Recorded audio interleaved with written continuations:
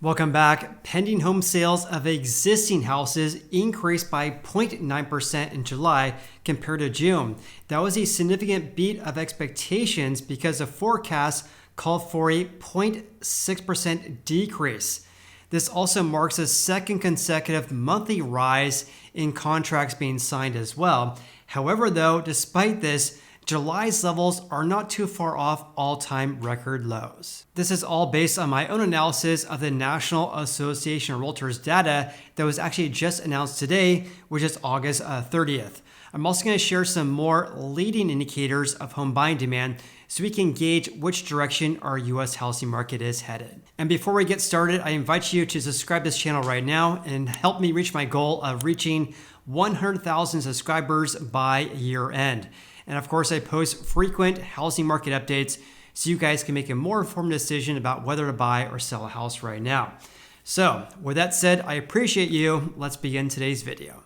I first want to share how each of the four major regions fared regarding the changes in their pending home sale index, which is the PHSI from the National Association of Realtors.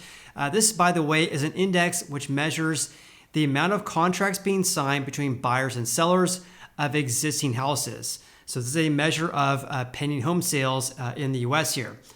So overall for the nation, again, it increased by 0.9% from June through July this year. But the regions varied greatly here. So for example, in the West, we saw a big increase up by 6.2% in one single month, and also a gain in the South up by 2%. In contrast, in the Midwest, it fell by 0.4%, and the Northeast saw a decline of 5.8%. And here's a table showing their index over the past 12 months and also compared to the average over the past several years here. So the index at 77.6 is obviously much lower than the 90.2% we saw 1 year ago. So their index has decreased by 14%.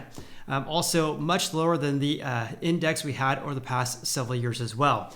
And again, on a month-to-month basis, the Northeast, the Midwest fell, but the South and the West experienced an increase. However, compared to 1 year ago, for each of these four major regions here, they are all down by double digits. In fact, the biggest decrease was actually the Northeast, falling by 20.2%, whereas the South decreased by 10.9%.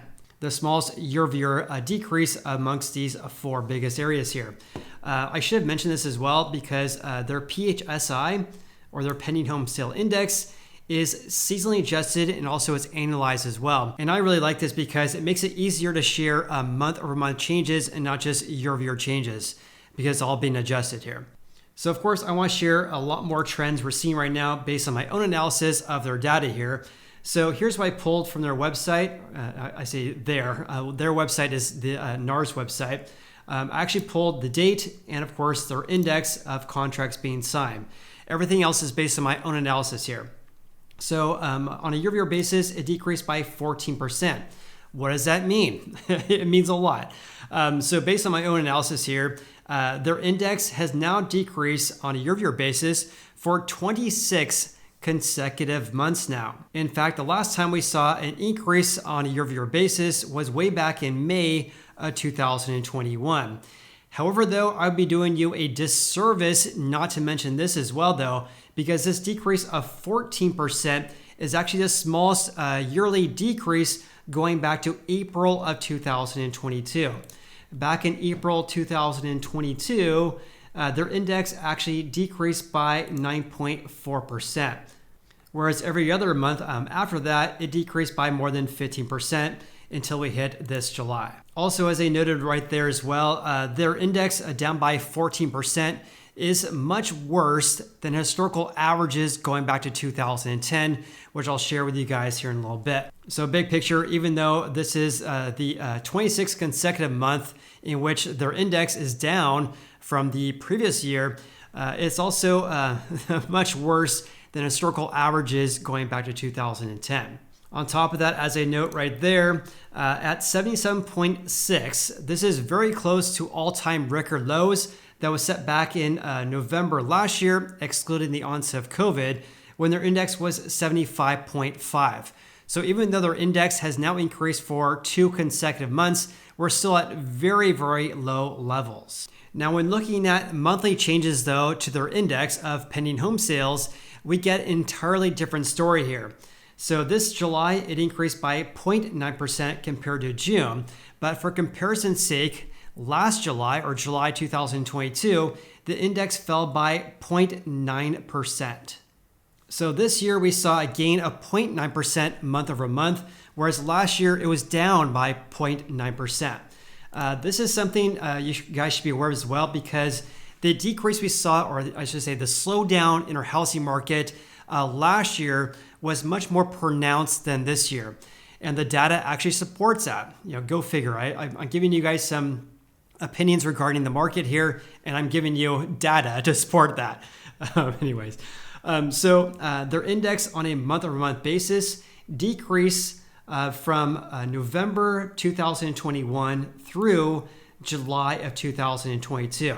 So that was 9 consecutive monthly decreases of pending home sales, compared to only 4 monthly decreases during the same time frame this year. So for example, in November last year through July this year, there was only 4 months in which we experienced a decrease on a monthly basis. That was November, March, April, as well as May. So to recap here, at the same time frame last year, that marked 9 consecutive monthly decreases of contracts being signed of existing houses. But this year, we've only experienced decreases for 4 months. But wait, there's more, right? I want to provide some additional analysis regarding trends we're seeing right now compared to previous years. Let's first talk about the month-over-month change, a gain of 0.9%. Based on my own analysis and this nerdy Excel formula here, this average going back to 2010, this is the average June through July change going back to 2010 was a gain of 0.5%, whereas this year it was a gain of 0.9%. So this July is actually a little bit higher than historical averages. In contrast, when looking at historical trends going back to 2010, when looking at July year-over-year data here, the average July year-over-year change going back to 2010 is a decrease of 0.2%, whereas this year it was a giant decrease of 14%. So how wild is that? When looking at changes from last year, it appears our housing market is in big trouble. However, when looking at changes on a month-over-month basis, it appears we're actually doing a little bit better than average historical averages. I also want to share how their index this July at 77.6 compares to pre-pandemic levels back in 2019, as well as July of 2018. As a note right there, their index has now decreased by 27% this July compared to July of 2019, and also compared to 2018, we're down by about 26%. So big picture here, the level of contracts being signed right now are still at very low levels, very close to all-time record lows that was set back in November last year, excluding April 2020. And on top of that, we're down by over 25% compared to 2018 and 19 at this time. But wait, there's more. I also want to share how we have this dichotomy in our housing market and a tale of 2 entirely different housing markets. That's the resale market of existing houses compared to the new home construction sales, or sales of brand new houses. Number 1, pending home sales of existing houses are counted more or less the same way of sales of new home construction based on data from the U.S. Census Bureau. So the U.S. Census Bureau defines a new home sale as a sales agreement signed between, or a purchase agreement signed between a buyer and a home builder, and or a deposit taken by the home builder. So that's really acting more like a pending home sale. Therefore, we can really see this dichotomy in our housing market when comparing new home sales to the National Association of Realtors pending home sale index. And that's why I want to share this with you, because pending home sales based on NAR's data here is down by 14% year over year. Compare that to the 32% gain that the U.S. Census Bureau reported just a few days ago regarding new home sales from July 2022 through July of 2023. So we have a tale of two entirely different housing markets.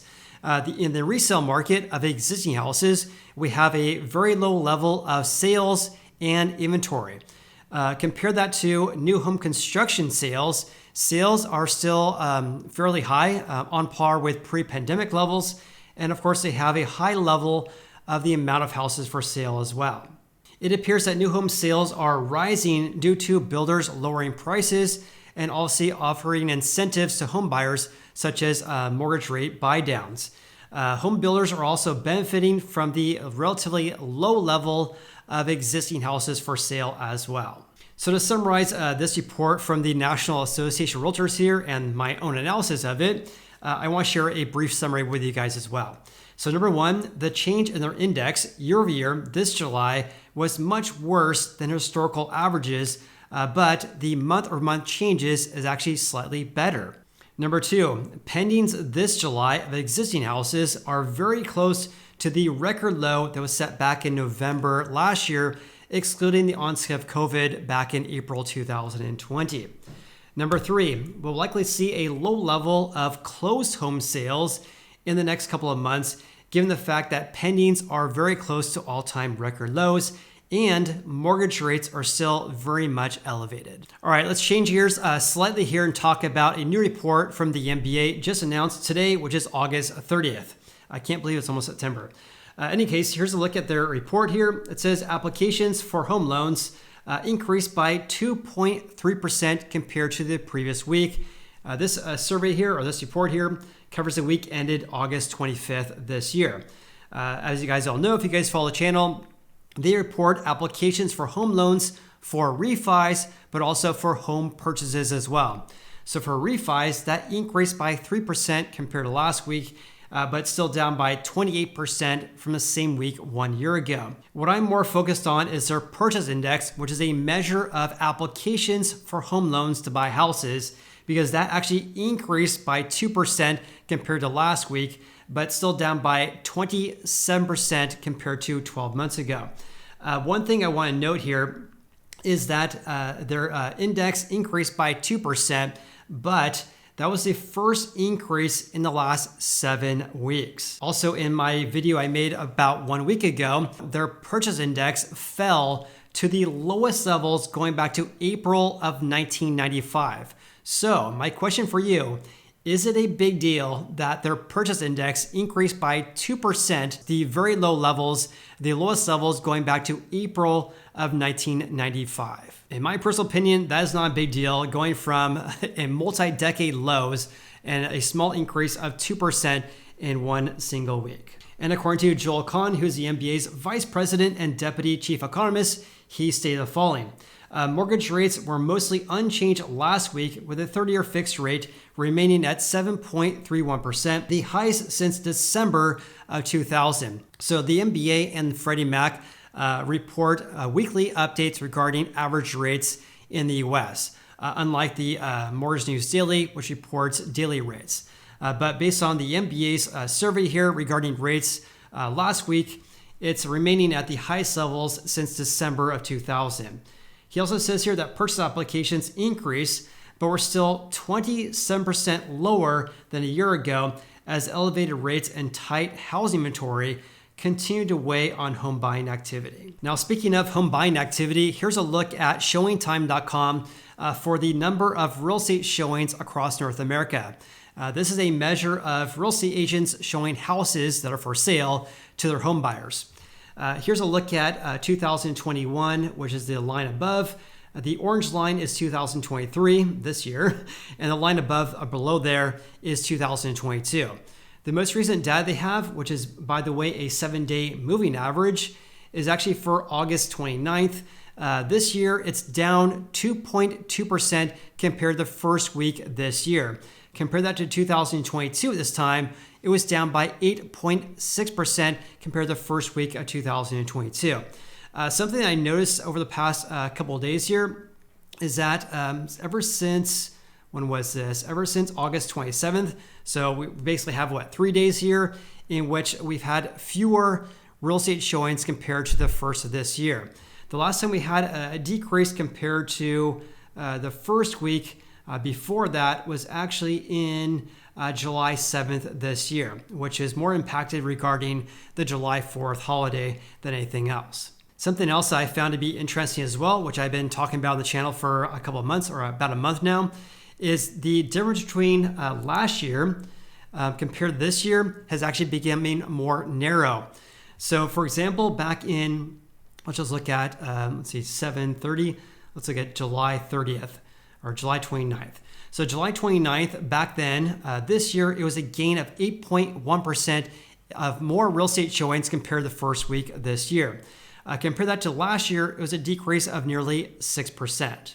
Therefore, the delta on that is about 14 percentage points. Compare that to right now, though, the delta between this year and last year is about 6 percentage points. So of course, what this is showing us is that the number of real estate showings this year is actually falling faster compared to the same time frame of 2022. This, of course, could be due to a variety of factors, such as the number of houses for sale, but more importantly, it could be an indication of home buying demand as well. One thing I do want to add is that it's entirely normal to see a decrease of real estate showings, especially after the July 4th holiday, because real estate showings and in general, real estate activity tends to decrease. But the changes compared to years past, though, is something we should definitely pay attention to. Lastly, I want to share this with you guys. Here's a look at Google Trends for the search term for homes for sale. These are people searching for homes for sale on Google compared to the previous 12 months here. So the interest over time, or their index, 1 year ago was 94. Now it's at 83. This means the interest for people searching for homes for sale is down by about 12% compared to 1 year ago. And of course, that could mean also as well that home buying demand is also decreasing as well, but of course, loosely related, which is why I share multiple different sources regarding home buying demand in today's video. But what's your biggest takeaway from today's video? I appreciate you guys watching my video and of course for helping me reach 100,000 subscribers by year end. Let's do it. Hope you guys have an awesome day. I look forward to seeing you on the next video.